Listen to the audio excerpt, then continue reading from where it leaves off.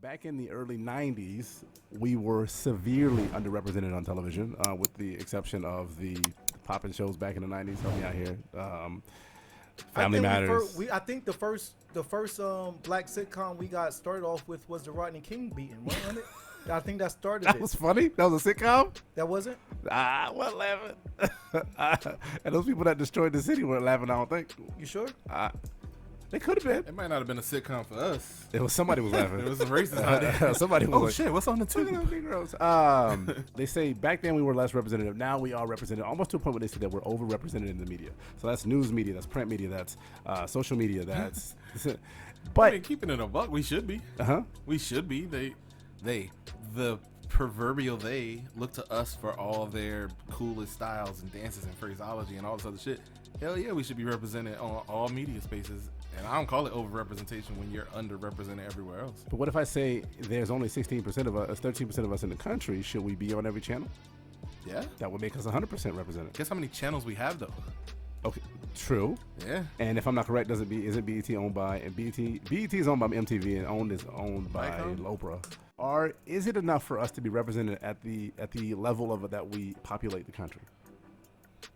I mean, me and the things I watch and the things that come across my screen, I'm satisfied with the way we're represented. I mean, I open my day up with people talking to me that looks like me. Like I don't know. So honestly, I don't know if I'm fair to even answer that, because my answer would be yes, but that's also things I consume myself with. Matter of fact, I'm not even trying to be funny. I don't know, not because it's not on purpose, but I don't know if I take that back. I did see a white person today on something I was watching. It was Chris Hansen on the Joe Budden podcast. Chris Hansen was on the Joe Budden podcast? It was a great podcast too. Yep. They were talking about predators and they got in deep with all that. Interesting. So literally, but I'm just saying, for me, when my day always starts with three minorities with the Breakfast Club, and then from there it's going to go tomorrow. I'll give you my day tomorrow. From there to 10 o'clock, it's going to go to the Migos, still looking like me. And then when that record is over, I'm going to probably jump into some more podcasts with people that look like me. My TV doesn't cut on for nothing else other than people that look like me, not on purpose. It just kind of flows that route.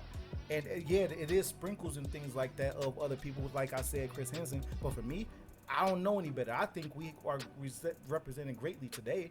But unless y'all watch otherwise, y'all gotta enlighten me, because I don't know. No, I think you have a point, and I think the default answer is no, we're not represented enough in the media.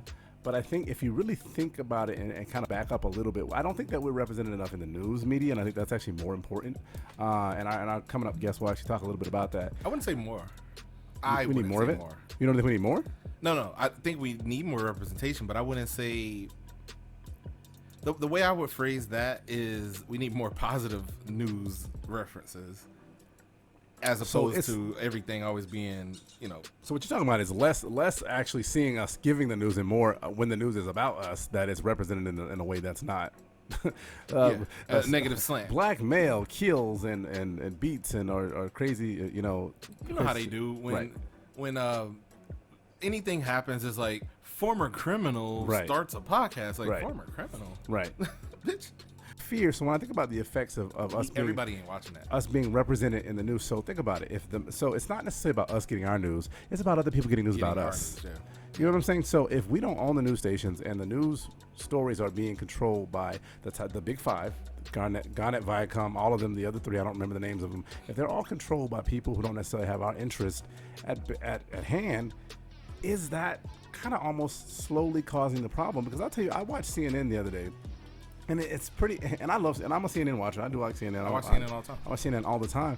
But I have been noticing the trend that when it's a black-centric issue, well, then Bakari Sellers comes out, and Nia Malika Henderson comes out, and Abby Phillips comes out, and it's like, although Abby Phillips she's got a new show. They won't dare. Else, but if they are the voice and they can represent like perfectly, then who else? Like, but there's certain issues that I don't want to hear other than Farrakhan. There's certain things like I don't want. Like, no, I need him to do that because it's someone else. They may not deliver it correctly. Yeah, if it's a story about us, we want to hear from us mostly, and they wouldn't dare try to broach those topics without one person in the room saying. But my point is that again, it's not necessarily bringing the news to us because we've already acknowledged our news comes from other places. Steve is a good example of that. His news comes from other places, but it's good value. It's good, valuable, reputable sources. Do you I'm talking not about think that they listen to represented. the us's speaking our news? No, absolutely. I'm just talking about are black people going to CNN as much as white people? So who's watching the most mainstream news? So the big five. The wish big I actually knew the real answer to that. MSNBC, CNN, MSNBC, CNN, Fox News, all of those other people who are watching those news. Because we're only 13% of the population, obviously is white people. Yes, that's true, but that's the case with everything. That's like saying who's a major purchaser of hip hop. So should there be more people of color at the forefront of those news organizations so that when we're talking about the news about us, it's being presented in a way that not necessarily we're going to watch, but the people who aren't us are going to be able to digest it in a way that they have an understanding, and it's not just. I think this falls under either like if you want it, like you're gonna see it for however you see it. Like even if we had our very much own, we're probably still gonna always preach to the choir. And even and the people that don't look like us, they are still part of the choir. We have allies who are just as much as part of the choir as people that look like us. So it's like you're not gonna reach past anybody that don't give a fuck. Damn. Like example. Y'all just led me to like a epiphany. If let's say you're talking to a Klan member, he's not going to give a fuck no matter how much sense it makes. He doesn't want to understand. You're never going to reach that. But do you think though that if there was somebody in the room talking to, I guess at the time Roger Ailes, whoever the person is over at Fox News, that hey, black people don't watch us and white people have a misconception of how we present news about them. Hey, maybe you should speak about on this a little bit differently so that other people who aren't black, so the Trump supporters and the people who are KKK will maybe understand it a little different. Because to me, the perception of someone who's not in my race or my culture, they only know about my culture if they've never been exposed to me and my friends and my people and my family. They only really know it about media spaces. They watch the news, they watch television, they watch movies, all of that stuff. So if there's nobody there representing us or even at the top controlling, how do they not know that we're not all ghetto with our pegs sagging, gang banging, killing each other, black on black crime, with them not having enough common sense to realize that's not every single last one anyway, that already lets you know they're not going to never care. If you can't fathom the thought that they all aren't like whatever the thought process is. If you can't even do that, then clearly you're never going to care. Yeah. Like some things you just can't. We'll never reach them, and we gotta X them out. We don't give a fuck to reach you then, because you don't get it, and you're never going to get it because you don't care to get it. The problem is we care too much. But that's why we're so accepting. I just want to say that, but nice to see you all. Hey, cuz. Hi, fellas. I'm Hello. April Turner. I am a PR consultant, political consultant. I'm a longtime member of the National Association of Black Journalists, and they're also one of my clients. So I have worked a lot with Black media over the years, and just have really enjoyed your conversation. Some very good points have been made. So, April, I'm gonna ask you, given your dossier that you give about yourself, I'm gonna ask you the questions, the same questions that I asked Steve and Mike. So right now in the media space, so you can keep it to the news space, you can keep it to all media in general. We're going to get into TV media and movies here a little bit later, but are we sufficiently represented and in media right now? As far as you, no. Okay, and my experience is going to be more news media, but definitely as a member of the National Association of Black Journalists, that's one of the things we advocate for the most. I enjoyed your conversation. I would have added in if I were here earlier, I'm here now, is that we don't own enough in the space for us to think about. We don't have enough Black ownership in the media. And then we also don't have, they give us the shiny stuff. You get to be on air, you get to be up front, but the decisions are made behind the camera. So there are not enough producers in media that are Black. There are not enough writers in media that are Black. And just even look at the local news, for example. When you're looking at the news at night and you see this, story that is totally, negative toward Black people, Black males, we see all things that we see, know that there was probably no diversity behind the camera that went into any of those decisions that were made. And we get the product that we get. If we're not behind the cameras making decisions, then, we kind of get the products that we're seeing. So, yeah, it's a big problem. So would you say, kind of taking a quick leap here, so would you not say, because I asked them before about how there are certain people who are not us that only see us through the media space, only see us through the news, movies, television, all of the above.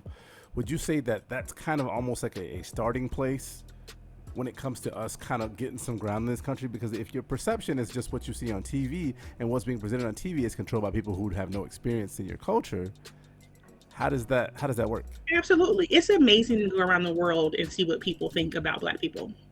Because they have no other understanding other than I watched a movie, or I see the news, or I listen to rap music. So when I see you, that's what I see. And it's interesting. I have just sometimes because we do own or we're behind the camera doesn't mean that would be erased. I think about the Great Experiment, BET, that we had such high hope for. And Bob Johnson created this media channel that when I was growing up, I couldn't watch it. My parents were like, you can't watch that. I mean, you can't watch the videos. You can't watch that. Rashida Jones just became president of just MSNBC News, or is she president of NBC?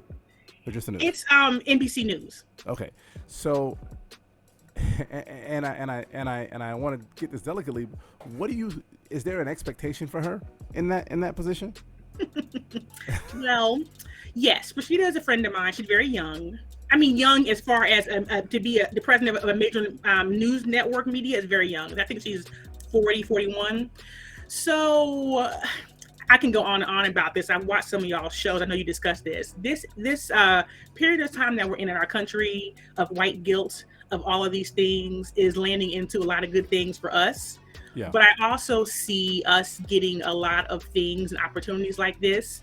And it's almost being said, well, come in and kind of, Rashida, help us fix our problems. Help us fix our white issues and help us fix how we're perceived. And a lot of these burdens are being placed on our shoulders. And it's not just NBC, ABC News just got a new Black woman president. She did, Food and Wine magazine's got a new, for the first time ever, a Black female editor. Like all these spaces that have been totally white for a very long time. I'm sorry, what's that name? Food and Wine magazine. Food. Food. Yeah. They've never had a Black editor ever, and now they have one. So you're starting to see these things, which are great for us, but they also come when someone gives you a large network or publication and says, here, you're Black, now fix it. It's hard. Yeah. Well, because literally, I feel like they're asking Rashida, and I know she's a friend of yours. I did kind of sort of know that ahead of time, not to put you on the spot there, but her and all the other ones that are getting these opportunities, it's kind of almost like, hey, fix our white problem, but also the problem of racism and white guilt in this country is not something that you can fix even in her lifetime. No, right. So you're wondering, I think she's totally competent, but is she being set up to fail? Yeah, are people that are getting these roles being set up to fail? A little bit.